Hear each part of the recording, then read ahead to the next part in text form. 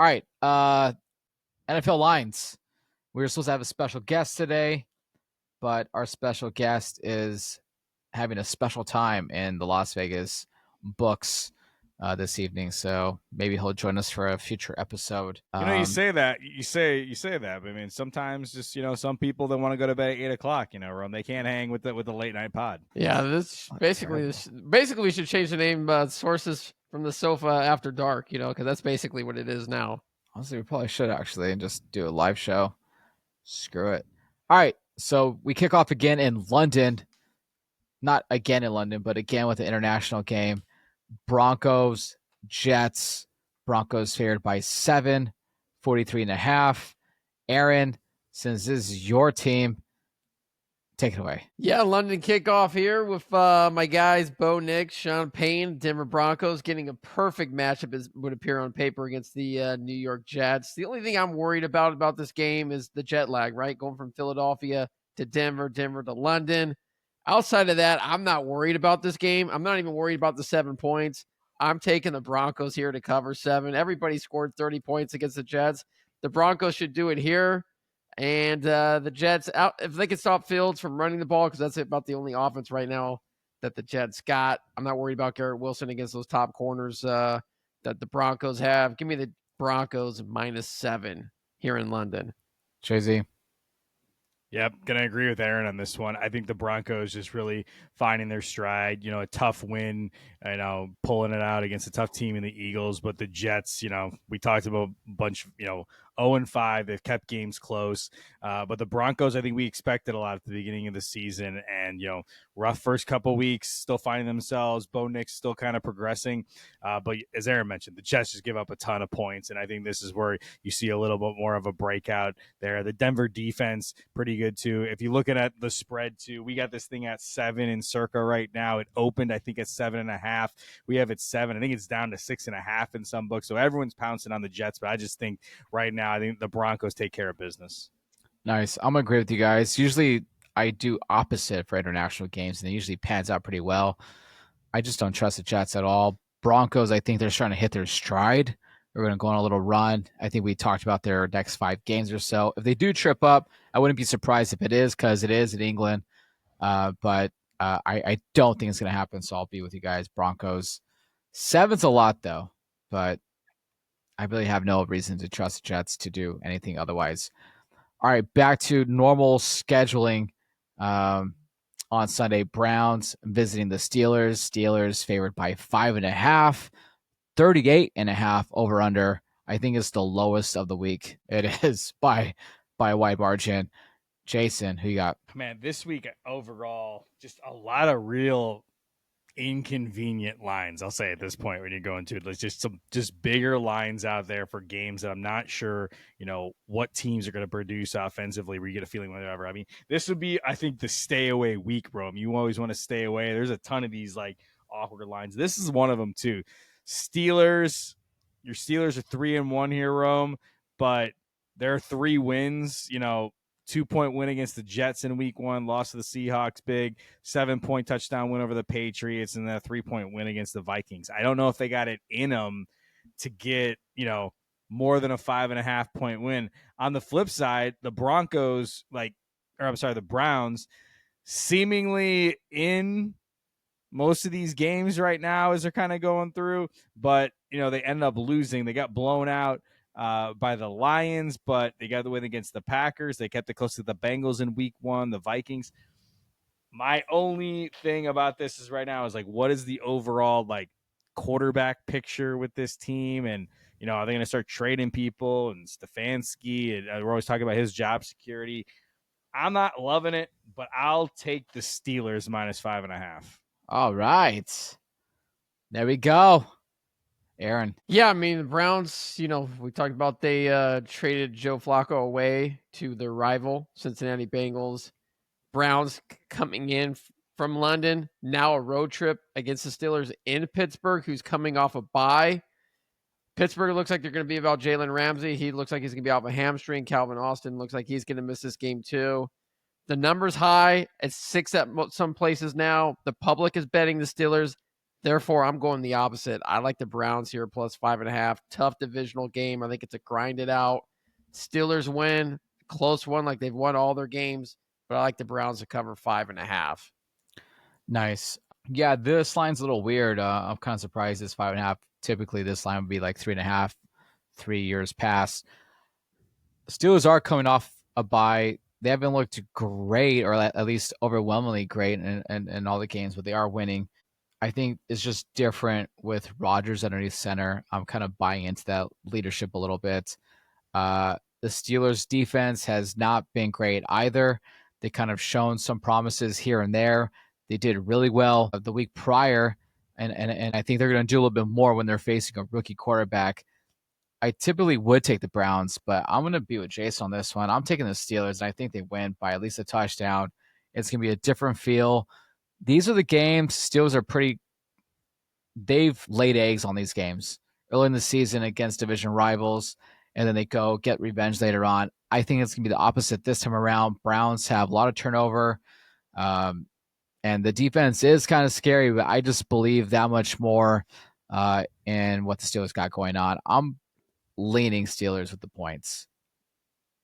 Steelers win either way, but I would be really tempted to take the points. So 5.5 is kind of tempting. Typically, these are like 2-3 point games, anyways, between these two guys.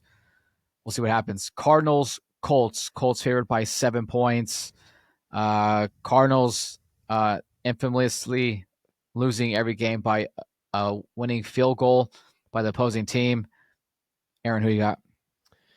Well, Rum, you're not going to have to worry about them losing by a field goal in this one because they're going to lose by more than that in this game. I mean, I don't even know if Kyler Murray's going to play. I mean, he hasn't practiced. He's got a bad foot. Is he injured? He's a little banged up. You know, he was part of that when they kind of that snap where he didn't dive, went back to the tent locker room. Oh, yeah. So he's got a foot issue. Not sure what it is. Cardinals fined Jonathan Gannon. I don't know. We talked about that. $100,000 for the sideline rant. Which Jaeson didn't think much of it, but what did you think of it? I mean, I think the fine is ridiculous. I mean, your job. I mean, your job as a coach when you do something that stupid. I mean, when you could just go over there and just pat the guy in the head and be like, "Hey, get him next time."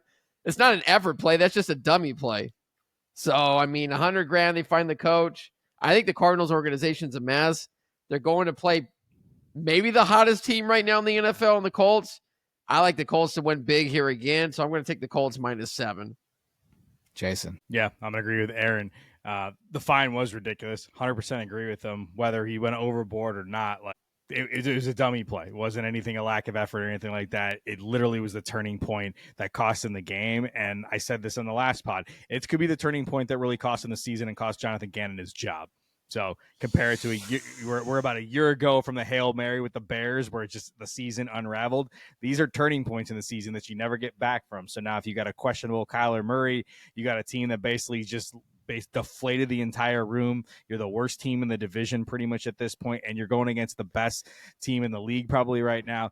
Aaron's guy Steichen has sold me on what he can do with Daniel Jones. Wow. Jonathan Taylor, huge portion there. You've seen Pittman step up in some big places. The defense has been really solid. I agree with Aaron. I think it's probably tend to be closer to a blowout than it is close. Give me the Colts as well. Aaron, you should really consider being a used car salesman because you can sell Jaeson anything, dog. I'm not selling. Jason put on the tape and he sees what Steichen and those guys are doing. The tape sells itself. So I'm just giving you an introduction. The tape sells itself. You guys are in the minority about the whole hit because a lot of people are going crazy about it. A lot of people are upset that he did not get fired. That's like a lot of former professionals, analysts. They wanted to get out of there. They thought it was way overboard. Probably didn't look as good as it came off. There's rumors that he's losing the locker room. He had a big apology and he's still apologizing for it, which that is very concerning. That might have been the turning point. That might have been the Chicago Bears Hail Mary against the Commanders. Who knows? We're going to find out in the next coming weeks. I mean, I'd say it honestly is worse because, I mean, a Hail Mary is, respectable. Anything can happen. I mean, literally, all you have to do is go a foot more, really, realistically, with nobody pressuring you. I mean, Snead was coming behind, but he wasn't going to knock the ball out. Yeah. Hail Mary's been happening. Hail Mary's been happening forever. Made Doug Flutie famous. So yeah. Nice. 7 points is a lot. I do expect the Cardinals will still show up. I'm not sure if this is like one of those weird Kyler Murray games where he actually looks competent again. But they are banged up. I don't know who's going to be running the ball this week, because it's going to be by committee. But I'm going to agree with you guys. The Colts are great. They look pretty unstoppable right now. And they don't look like a team that's going to let off the pedal either. They're not like a really great team, which makes me think they're not going to take this game off versus like a Cardinals team. Next game, I will take the over, though. I think it's going to go over. I think Cardinals, this might be like a 35-21 type of game. All right. Rams, Ravens. Rams here by 7.5 on the road against the much ravaged Ravens, 44.5 over under. Jaeson. I don't want to make this mistake 2 weeks in a row, but according to what I've seen, Lamar is questionable for Sunday. He's not supposed to. I believe he's out. Yeah, he's not practicing, so he's going to be out. All right, then I'll say this: with Lamar out, and as bad as this offense looks, and the injury report for the Ravens, like I could barely find Lamar because of how many people are on this injury report for the defense alone for the Ravens. It's a ton of points here too, but the Ravens have looked lifeless. I don't know how you get this thing corrected. They're not giving the ball to Derrick Henry as much as you probably see with Cooper Rush in there. I expected way more from Cooper Rush against, average Texans team. They couldn't even get it. The defense that they had couldn't even get after a bad Texans O-line. This Rams team is much better coached. 7.5 is a lot of points. I don't love it, but I just think with Lamar out, this team really doesn't have much of an identity offensively and a defense that can't stop, a pretty creative McVay and Stafford offense. So I'll take the Rams minus 7.5. Aaron. Yeah, it's a tricky game. I mean, Lamar Jackson's out. I don't even know if Cooper Rush is getting the start. I mean, I've heard rumors that they might go back to Tyler Huntley. So he may get in there. I don't know. I mean, they're evaluating the quarterbacks. I mean, they're Lamar banged Jr. up. I saw yesterday a headline that Mark Andrews is rumored to be on the trading block. Really? So yeah, that's they've got tons of injuries on defense. Hamilton might be back at safety. They just made a trade with the Chargers 2 days ago in which they got their starting safety, but traded one of their rotational main defensive ends away. Everything I've seen from the Ravens on defense is just bad. And now you get McVay and these guys in the Rams are going to be really, really disappointed after that loss against the 49ers. I mean, 7.5 is a lot to lay here, but feels like a trap, but I got to go with the Rams. I like Jaeson, I just haven't seen enough from the Ravens for me to feel comfortable to back them in a spot like this. I mean, if Lamar was playing this game, the Ravens are probably, a 2-point dog, maybe a 1.5. He's worth almost a touchdown in this league. I'm going to take the Rams. I think they're just going to do enough. They got a good defense. They can stop Henry with that front four. And with not a real competent quarterback right now behind center, it's hard to back the Ravens here. I'll take the Rams minus 7.5. Yeah, I think it's getting very uncomfortable in Baltimore. This is a trap game. This is a stay away. Rams are going to want to do a revenge, but they are traveling to Baltimore. It's a pretty hostile environment. It's not an easy place to play. I think the Ravens are going to show up, man. It's a lot of pent-up tension. They got to show up somehow, even if it's in losing fashion. I think they're going to be really competitive. If it's Cooper Rush or Tyler Huntley, I think we're going to kind of get the same game. I expect a better game from Rush. Huntley has performed really well in relief in years past.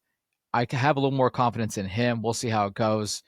But I want to take the Ravens with the points here. I like them to cover. I like to keep it within a touchdown. I like the hook on this one. Would not be surprised if it goes the opposite way, right? I just don't want to be like a clean anonymous pick here. Take the Ravens, and we'll see what happens. Ravens plus 7.5. Seahawks, Jags. This is a pick 'em. 47.5 over under. Jaeson. I'm going back to back starting on this one. All right, cool. Oh, did I? Yeah. Oh, my bad. It's okay. It's okay. I'll lead off again in this one. It's okay. Yeah, man.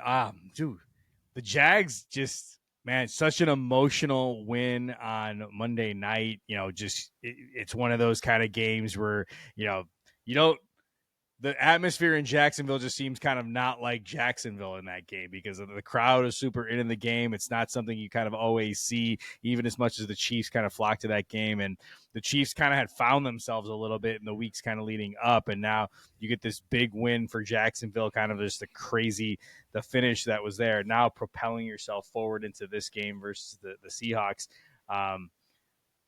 The travel in this game, we probably talk about travel more than any other podcast out there of what you're going to go, but you're talking about going all the way from is there a longer flight from the Pacific Northwest down to Florida? I don't know in the league if there's a longer one there. That a little bit worries me in that there. And so you also had, I think, DeMarcus Lawrence and Julian Love and some other people that did not practice throughout the week for the Seahawks on defense. Could be there. It's a tough game. It's a pick 'em for a reason. Go either way. I'm going to take the Jags just because they're at home. Yeah, Jason mentioned, Seattle's got a ton of injuries. We've always talked about travel. I don't think there's from going from Seattle to Jacksonville, that's probably the furthest flight you can make right now. And it's a 10 a.m. start. So you got all that travel. You got an early start. Seattle's won, 8 in a row on the road, I believe it is. We talked about it. They can win on the road, but they can't win at home. Jacksonville coming off an emotional win. But if you go back and look at last week's film, they couldn't stop Tampa Bay's offense. Who's the one that orchestrated that Tampa offense? Liam Cohen. I think they run similar stuff. I think they have similar success. I like Jacksonville at home. Keep riding that wave, ride that momentum. Too many injuries on Seattle's defense for them. And I think Jacksonville has enough playmakers on offense to make them pay. Close game, but I like Jacksonville here at home. Nice. I'm in between both of you guys here. Seahawks play a lot better on the road. I think Jacksonville's feeling a little bit up on themselves from getting the win against KC when KC dominated that game. There's been a few victories I just feel like the Jaguars should not have won. This is a really inflated 4-1. That's why they did not make my power rankings in the top 8. Seahawks, injuries or not, just better coached, better talent all around. I think they're going to show up. I think 10 a.m. is great. I think they're going to enjoy that beautiful Jacksonville weather, and they're going to do what they do, and that's be Vikings and conquer on the road here. I'm going to go with the Seahawks on this one. Seahawk is going to be a Viking on the road? Yeah. That was like because the Vikings, they pillage on the road. Jason, Rome gives us a lot of shit for hating on teams, but this guy hates Liam Cohen. He just keeps whipping his ass every week. So Rome, keep fading him, and we'll keep taking the W's off you. Give us the Jags. I will. Sounds good. They're not a good 4-1 team, dude. Sorry. They are a good 4-1 team. Cowboys. You don't beat the 49ers and Chiefs back-to-back weeks and not be a good 4-1 team. I'm sorry. The 49er win was a good one. They got lucky to escape when everyone's just standing still in the Chiefs and letting Lawrence break dance his way into the end zone. It's just ridiculous. Hey, they defeated the Chiefs and the refs in that game, all right? The refs, that's true. The phantom PI call. I don't know about the goal line fumble. A lot of questions about that one that happened for the Jags. So Jags are persevering. I don't know if the Chiefs really dominated that game as much as you say. Cowboys, Panthers. Cowboys here by 3 on the road. Really interesting. That's only 3. 49.5 over under. So they're expecting some shootout here. Aaron. Yeah, the Panthers, I want to say they're undefeated at home, right? They beat Atlanta, and last week they beat the Dolphins. Cowboys coming off really 2 impressive games going back to that Green Bay Sunday tie. They lit up the Jets. Carolina fell behind 17-0 against the Dolphins and then basically ran the ball down their throats for over 200 yards in that game. Panthers aren't a good football team. Cowboys, I think, are starting to figure things out. At least offensively, they've looked really good. Defensively, I think they match up well with Carolina. Bryce Young, even when he's throwing the ball okay, I don't even think he's thrown a game for over 200 yards yet in a game this year. The line is low. But I'm going to take the Cowboys here. I like the Cowboys -3. I think they got the playmakers on offense. Dak's not turning the ball over. I think they can force Bryce Young into a turnover too. Cowboys win this game by 6 or 7 points. I'll take the Cowboys -3. Jaeson. This has been a very ugly trend this whole week, but I'm going to agree with Aaron on this one too, because I think since the loss of the Bears, the tie versus Green Bay, you saw something a little extra out of this Cowboys team last week, obviously with the big win. And the offense, yeah, they've been able to get on refine without CD. They've been able to spread the ball. Ferguson's been a huge target for them. Pickens has stepped up in a big way. I think Javonte Williams has really been, a big surprise to a lot of people. I know for him, I drafted in a ton of fantasy leagues. That was kind of a sleeper pick that brought in. And I think he's been a good piece for them in the running game. So yeah, the Panthers, they're beyond that win, which I still can't explain. The 30-0 win over the Falcons. I just really that's a Sunday that football just did football, I guess. And then this win versus the Dolphins, was good. But I mean, the Dolphins team is just reeling. I don't think the Panthers are much good either. I think the Cowboys have been playing better than the thing. I think 3 points is pretty generous. So I think the Cowboys are a little bit better than that. So I think they easily cover that 3. Yeah, I like the Cowboys offense. So I'm going with them as well. What worries me though, that this feels kind of like a stay away, just mainly because the Panthers ran the ball really well and both of their victories. And I don't know what version is going to show up on offense. Defense is not going to be great on either side of the ball. But since the Cowboys can't really stop a run game anyways, can the Panthers overcome that and make this a shootout where they're winning at the end and they're benefiting by 3 points? I'm not really sure. I think they have a chance to win this game, but I'm reluctantly going with the Cowboys, but I don't really feel overly confident about either. It's going to be loud in Carolina. Chargers, Dolphins. Chargers favored by 4 on the road. We have a lot of favorites on the road so far. That's what it seems like. 43.5 over under. Chargers trying to recover from back-to-back losses. Jaeson. Aaron. Yeah. Aaron, go ahead.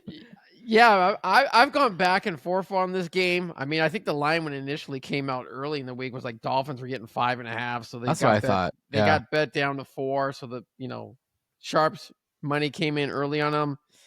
I mean, Chargers have struggled these last 2 weeks. We've talked about the offensive line issues, but their defense really let them down last week against Washington. They got out to a 10-0 lead. Jaden Daniels and those guys got hot. Chargers have lost 2 games against Dart Daniels, which are really kind of mobile quarterbacks that we've seen can give this defense problems. Tua's not that kind of guy.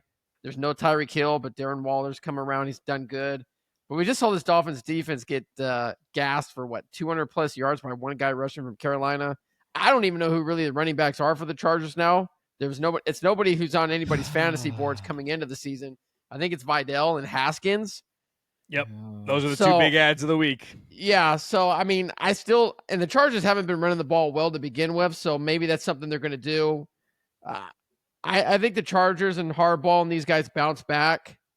Not comfortable taking it, but I'm going to say the Chargers come back here. I think the defense steps up because they're mentoring those. He's going to have those guys better after a bad week. I'm going to take the Chargers -4. Wow.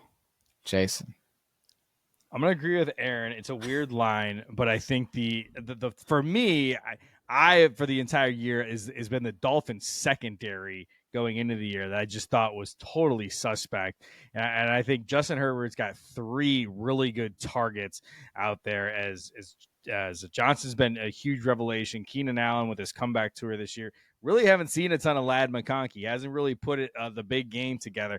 I just think there's too many weapons on the outside for the Chargers that even if the running game can't get going, I don't think the matchups favor the secondary with the Dolphins because I think it's been suspect all year and there's been some exposure there, and I think they can really find some things in the secondary.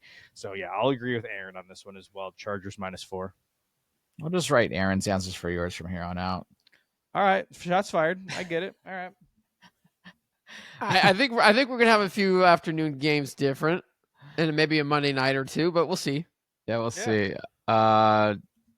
This guy gets one winning week out of here, and all of a sudden he's just talking about all these wins he's got and everything. He's like one game better than us. That's it. So hate the player, don't hate the game, bro. Win a week. He has won a week. I won week 1. Week one. Yeah. The most important week when you didn't have any information, I won. Yeah. All right. We'll go to the next game here. Wait, Rome, who do you got? Chargers or Dolphins? Oh, I expect the Chargers to bounce back. Oh, okay. So we'll just put your name down for Aaron's picks too. Got it. All right. Just want to make sure how this other works. Yeah. See, this is how Aaron, I don't go back and look at the tape. So Rome apparently does, but there's a couple of these games every week where we're picking, we're talking it through, having good conversation. And I never know which way Rome kind of picks. And so when he wins these games, I'm not saying he's cheating or anything, but like he almost gives both answers when he kind of walks through this thing. And so, we might need like some independent investigator to go through and really double check where what this pick standing is at this point. Real quick, man, like just like your college games was not in order, what's up with your Circa Millions printout not being in order as well? I don't put these lines together, Rome. You got so don't give me shit for this. I don't put these lines together. A different order. You got a 125 game before a 105 game. I noticed that. I don't know. Game. I don't know why they did that this week. It's like, what? Is it wrong or is it right? Those game times. Is the game times Bucks... are right. The game times are right. Got it. They I don't know. This is a print that gets sent out that Circa puts on their website. So it's not me. It hasn't happened before. But it's just so funny that your college games also had a mix up. Maybe they listen to the show. They like the mix up and they just want to follow. I don't know. All right. So we'll jump to the Pats Saints. Pats favored by 3.5, 45.5 over under for the last morning game this Sunday. Jaeson, who do you got? It's a disturbing trend. I'm taking all favorites, and I'm going to take another favorite. I'm going to take the Patriot this one. I'm not going to love this one either because we talked about it like the last couple of weeks. Weird things happen in New Orleans, but still, this New Orleans team is pretty bad. But, man, Drake May in this last week, versus the Bills, really found something. Wow. I think Henderson on the ground, and we start getting him the ball a little more because, Ramondre Stevenson, I don't know what, puts the ball on the ground a lot. I think there's some, they can get a little more out of Henderson in the run game. I'll take the Patriots on this one, Rome. Aaron. Yeah, I mean, the 3.5's tricky. It's New Orleans. You want to take the Saints. Yeah. But I'm going to agree with Jaeson. I'm going to go Patriots here. I like the way they looked on Sunday. It feels like it could be a letdown spot, but I think Mike Vrabel's kind of building this team up. They should be 4-1. We mentioned they had 5 turnovers against the Steelers, cost them a game. The Saints maybe don't win last week against the Giants. If the Giants don't get 5 turnovers, Drake Mays look good. This defense is healthy. I'm going to take the Patriots here as well, minus 3.5. Feels like a 5-6 point win here by them. I think as long as they don't turn the ball over, Trayvon Henderson will get the run game going. We saw some, Drake May, he can get out of the pocket. He can extend plays. He can make some sideline throws. Tough not to like the Patriots here, 3.5. The line feels low. It should be 5. I believe it should be 5. So I think we're getting a discount here with the Patriots still. Take them. Yeah, this is a new Vrabel team. He's still implementing a lot of things and kind of coaching and doing a little play calling differently than what he did in Tennessee, which is kind of unique. Because I'm surprised you guys didn't take the Saints because you guys didn't picking the Saints as like underdogs for like a lot of things, saying like weird shit happens over there. Pats had a big win last week against the Bills. I don't know. I'm going with the Pats as well. It's just I'm kind of really curious like how the Saints respond to getting their first victory of the year against a pretty entertaining, maybe not a good team, but a really entertaining Giants team. And they're still in the Superdome. I expect vibes to be really high, but we'll see. If Vrabel and the team can win this one and win it convincingly, then his imprint is starting to make its way really deep into the Patriots organization. That only means good things and bad things for everybody else in that division. So this is going to be really telling. I think although the Saints aren't a great team, this is going to be a really pivotal game for us to know like whether the Pats are for real or not. They cannot let this down, if they're taking the strides to become who they want to become. If that makes sense. All right. Afternoon games, Titans, Raiders. Raiders favored by 4.5 at home in Las Vegas. 41.5 over under. Aaron, who do you got? Yeah, I mean, you got 2 bad 1-4 teams here. But the Titans, I mean, let's just be realistic. They had no business winning last week or even covering that spread. And it was, 7.5 last week against Arizona. I know the Raiders have looked bad, but I think the Raiders have acknowledged that they're bad. I think they're going to clean some stuff up this week. They've actually played pretty well at home. I mean, If they don't get that blocked field goal by Jason's Bears, maybe they win it. They got a good kicker at home. I'm going to take the Raiders here, -4.5. Tennessee making 2 back-to-back trips to the desert. I think we talk about travel like we said it all this time, but the Titans they're dookie. They're bad, dude. They're just bad. I think Geno's going to have a decent game. Genty's going to have a good game. The Raiders defense will make a play or two. I like the Raiders -4.5 here. Jason. Yep, agree with Aaron. Yeah, I'm sorry, Romer. No, it's fine. It's fine. I just gotta let it there. It's fine. The Titans are not doing this 2 weeks in a row, and I picked the Raiders last week. Obviously, looked like an idiot there because I got blown out by the Colts. But there is something there with the Raiders. It's not perfect. They're still not a great team, but they found a little something with Genty. Obviously, Crosby on the defense, is a difference maker. I think he's probably gonna wreak havoc here on this subpar Titans offensive line and what they can do offensively there. Geno has not been great. That's probably the most concerning thing going into this game. 9 interceptions so far this year. Has he lost it? We talked a little bit about there. I still think he's got something left in the tank. This was a guy who's kind of, it was what, three years ago or so. It was just, whatever he came out and took the starting job over, he was throwing 30-something touchdowns. So he hasn't forgotten how to play. I think there's something there against a bad Titans team. I'll take the Raiders as well. I'm really tempted to take the Titans with the 4.5, just because they're both really bad. But Titans just came off a really remarkable win. And just for the sake of like Raiders being due, they're just due. It's just, I just like to do these bets where it's kind of like a feel thing, right? They've already had so many shitty games. At least they got Genty playing well, Crosby. They have elements there. The press conference after their last loss, everyone was pretty defeated. You got Tom Brady, everybody. They got to wake the fuck up. And this is it. This is week 6. If they don't win this one, I'm going against them for the rest of the year, no matter what. Raiders by 4.5. But I think it's kind of tempting. I think this could be a 4 to a 6 point game here. So it's really riding that fine line. Next game, Bengals, Packers. I think this is the biggest line we've had of the year. I can't remember. I think the previous one was 13.5. Don't remember. Maybe 15, or maybe that's just me tripping out. But 14.5 favorites, Packs against the Bengals. Bengals flocking out their newly minted 40-year-old quarterback, Joe Flacco, who has not looked great with the Browns, but can gold strike twice, and can he take down the Pack again, this time in Green Bay? Over-unders 44.5. Aaron, since this is your team, one of your teams, give us the juice. Give us the cheese. Yeah, man. What kind of cheese you want, man? We got different kinds over here. Look, Packers coming off that tie. I mean, the only quarterback to beat them this year, Romy mentioned right off the bat, there was Joe Flacco. Can he do it twice to the Packers? He just got into town. I think he's still unpacking his suitcases right now at Cincinnati and introducing himself. He might be, for some of the rookies there, he might be old enough to be their dad, just depending on who they are. It's like an hour flight or hour and a half, if that. Yeah, they might have taken. He took an Uber. I heard he took an Uber. Sources told me. Yeah, that's what the sources told me. One of those nice Escalade Ubers came and picked them up. But yeah, Packers coming off the bye. Here's one thing we know about Green Bay: they played 2 games at home. They've been dominant at home against the Lions and against the Commanders. 14.5 seems like a lot of points. It is, but I'm going to take the Packers -14.5. Fuck. I think the defense is going to have a good game.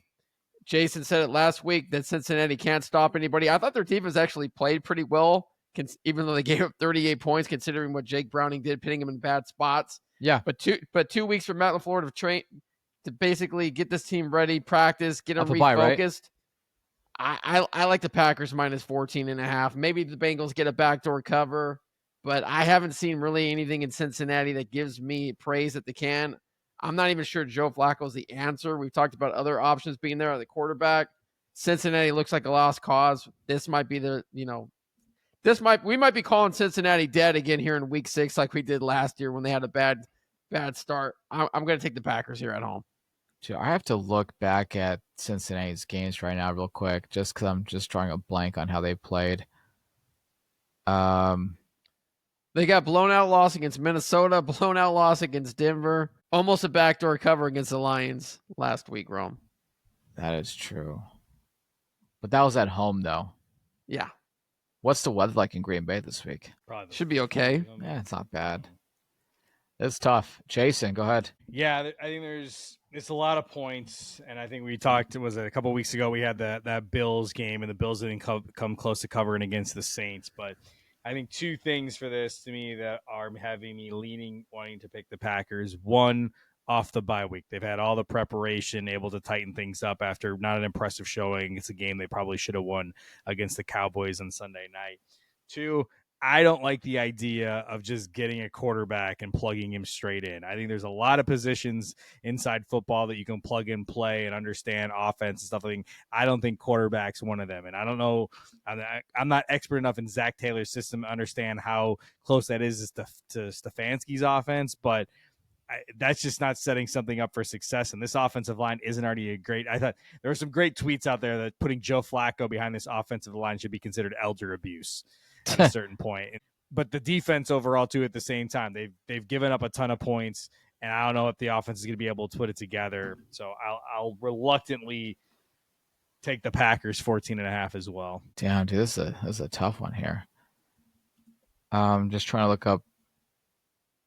I meant to look this up earlier with like the biggest spreads. I can't remember what's the stat. There was like a certain stat when it's between like 8 and like 12 points. It's not great with the spread, but when it's like this much, I think it's actually pretty favorable. I want to say off the top of my head, I would be almost willing to bet. I think any spread that's probably 2 touchdowns or more, the favorite probably covers 55 to 60%, somewhere in that range. Yeah, it was pretty crazy. It was something the game Jason was talking about was when the Saints were getting 15.5 against Buffalo like 2 weeks ago. Yeah. So, man, Bengals. Joe Flacco. That's tough. This is really tough. I didn't really look at the spread properly. Pack win for sure, right? They're coming off some disappointing performances. I think the bye week gives them a chance to kind of implement their defense a little bit more. Parsons, he didn't look great either in the last few games. Just take the Bengals, Rome. I know you want to. I kind of want to take the points on this one. Let me circle back on this one. I'm just going to sit on this one for a little bit. Write that in your notes. Write those in your notes. Circle back. Sit on this one. It's a loss if you don't get a pick in by the end of the show. Yeah. Next game, we have this is where it jumps around, right? Go to the top. Go to the top. You got to go back up. Yeah, I think I wrote the wrong over-unders for this one. Niners, Bucks. Niners, Bucks. Dog. Yeah, Bucks 3-point favorites, 47.5 over-under. I think I wrote them backwards on my list. So, Jason, go ahead. Yeah, interesting line here. And on a Thursday night, I don't love the Niners injury situation right now because I have zero idea who's playing quarterback for this team right now. I mean, Purdy's it's gonna be Mac Jones, I believe. Did they say Mac Jones? Okay. Purdy's not going back for another week. Yeah. Yeah, Purdy, I guess, was seen running in cleats and stuff, I think, today or something like that. So they were talking about him possibly going to IR, but they don't want to put him on the IR. Like, that's how he's not coming back for a week or two. Makes sense. For me, that scares me to pick the 49ers, but what I will say, what is going to make me pick the Niners is the Bucks playing a bunch of close games. They haven't beat anyone in their 4 wins by more than 3 points. So 3 points is their biggest margin of win so far this year. The Niners and Kyle Shanahan just figure out a way to get things moving on offense and find different ways. I think Pearsall is going to be back this week. McCaffrey obviously big in this game. Mac Jones has looked good. I had a Niners friend of mine text me, do you think we can trade Mac Jones for a first-round pick? So obviously no, but that's what you're talking about. The type of didn't Mac Jones get traded last year for like a 6th-round pick, and now he's up to a 1st-round pick? Yeah, I guess this is a Niners fan talking here. But that's a flip. Yeah. Regardless, I just think that the Bucks play these close games. I think you're giving me 3 points. I've picked all favorites so far. Maybe this is going against my week 6 strategy right now, but I'll take the Niners in the 3 points. Nice, Aaron.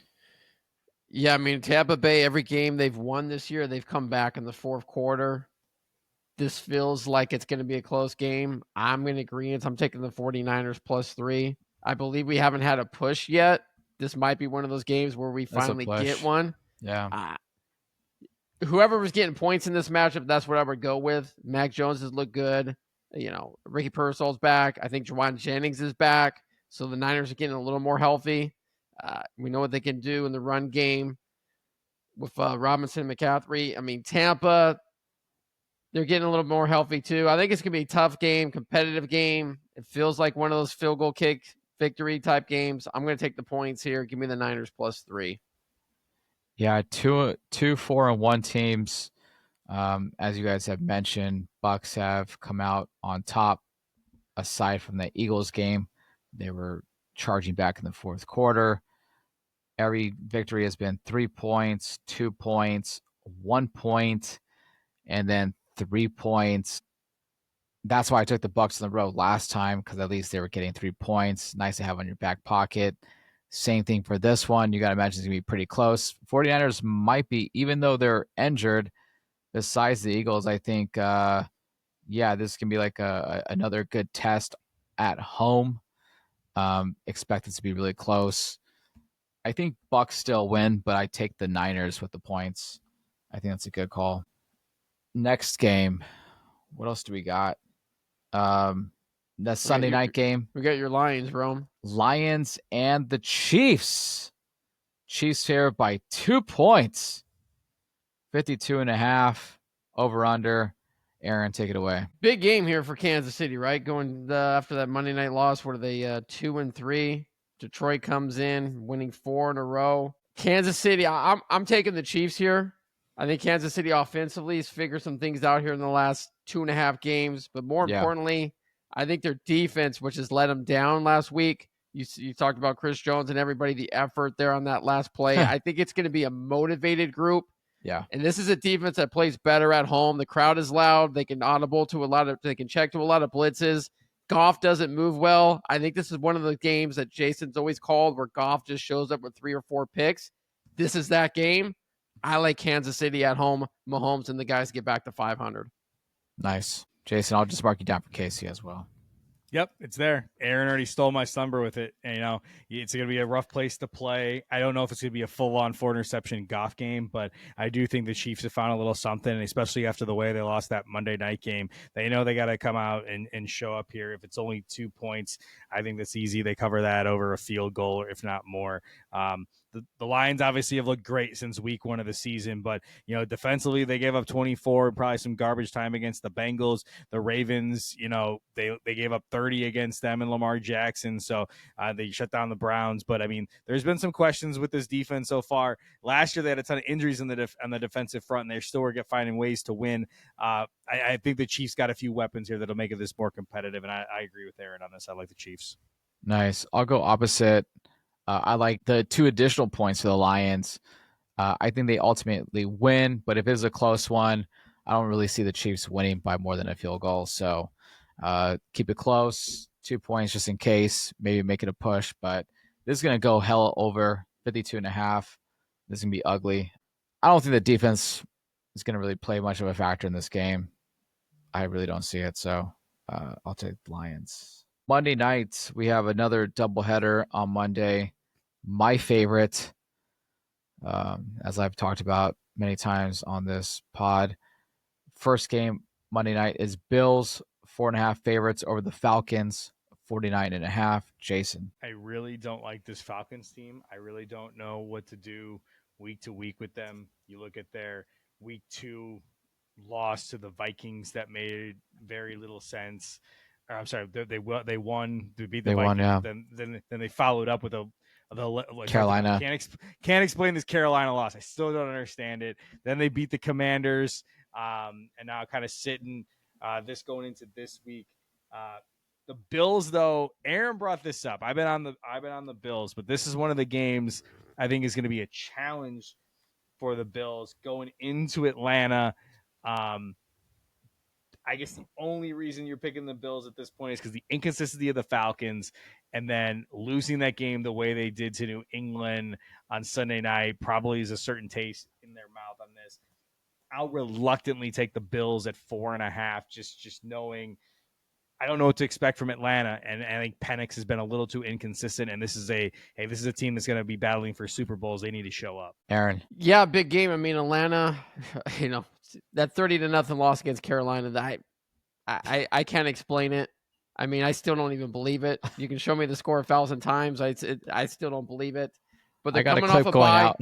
They're coming off a bye week. They're 2-2. Yeah. This is Buffalo's first road game in a month. They played 3 straight home games. The only road game they played was against the Jets. They're coming off a Sunday night loss, their first of the year.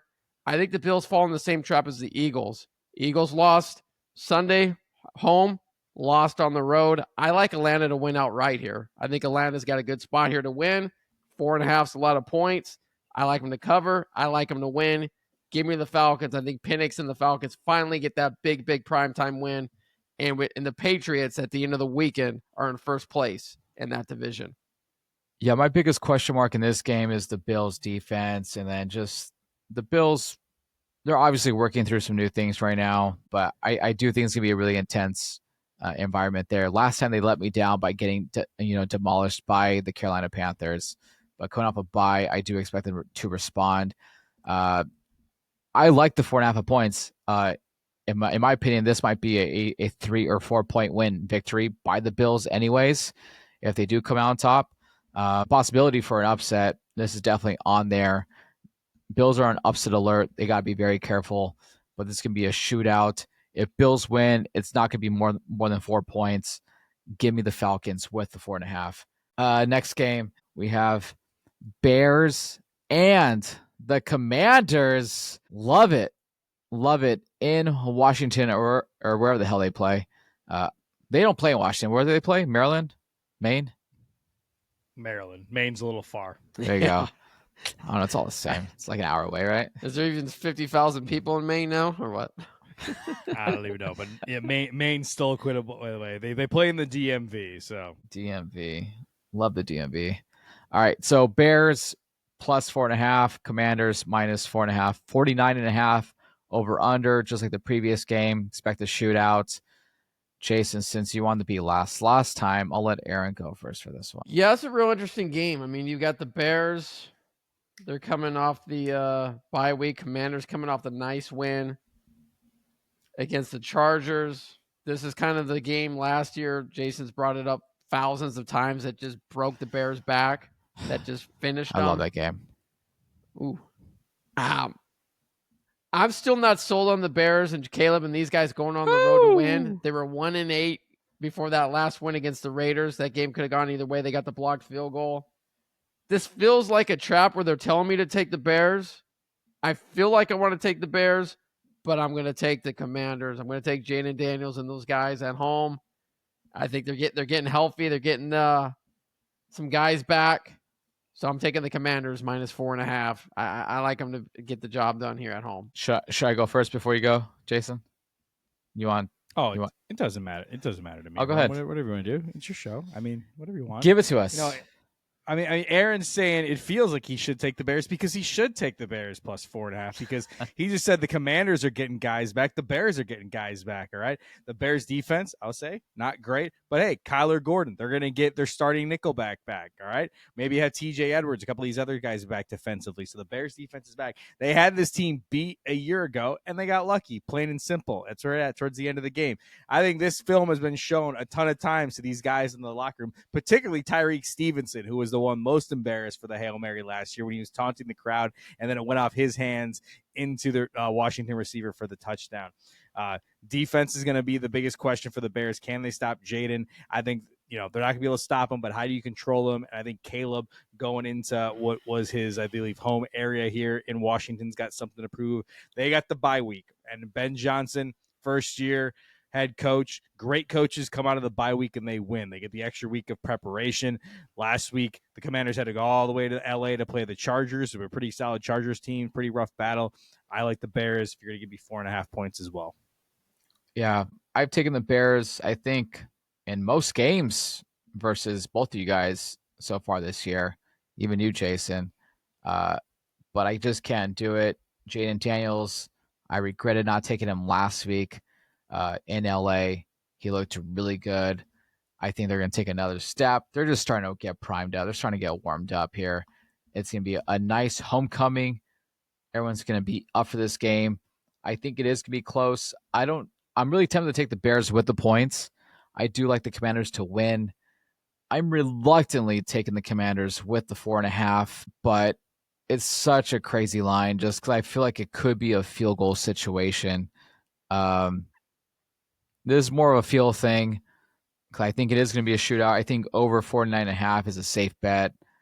I think it might be 24-31, something like that, 24-27.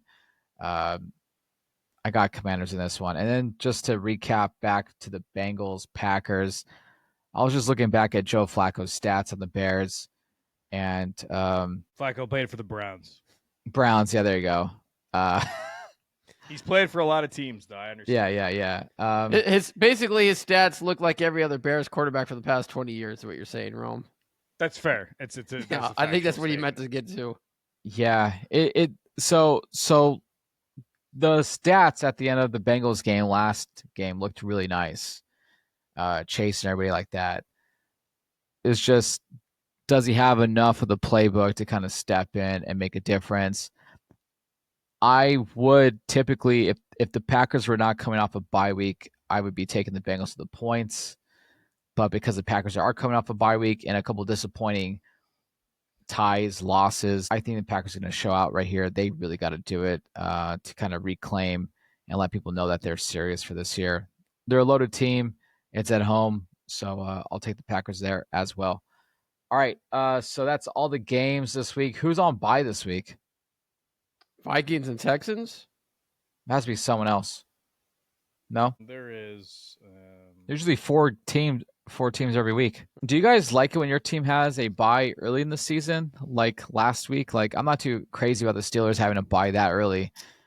Or do you like to have later in the season, like towards when's the last one? Like week 14?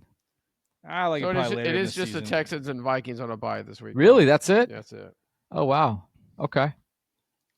I generally like the later bye, but I think for the Bears, if you're looking at them, there's some injuries that are tied in. The Packers were coming off a bad tie. I think it depends.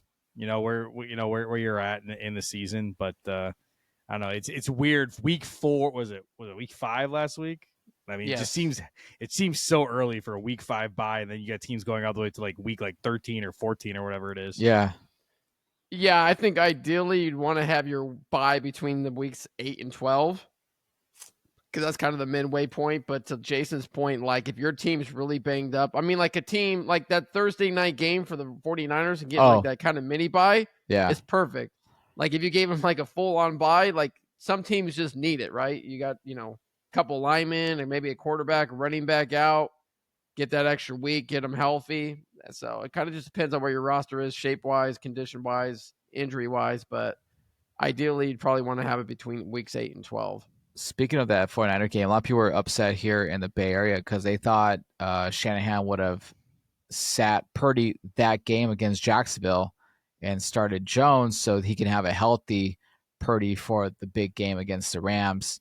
He did not do that. It happened to work out because Jones put up a career game for himself and looked really almost like Brett Favre-ish, right? Just getting hammered and just coming through in the clutch. But a lot of people not happy with how Shanahan has just ran through every quarterback and just driven them down to the ground. That's been pretty 49er fans, man, Rome.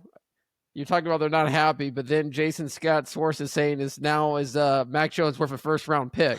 So the Shanahan just gave you a first-round pick, 49er fans, if you're listening to some of these guys out there.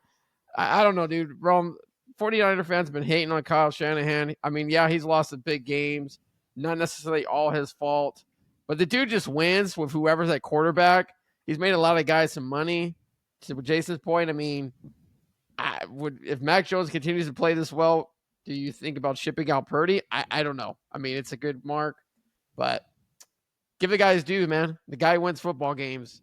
He does well for the first 2 years of the quarterback, and then he drives them to the ground, runs too much with them, and then picks up a new one.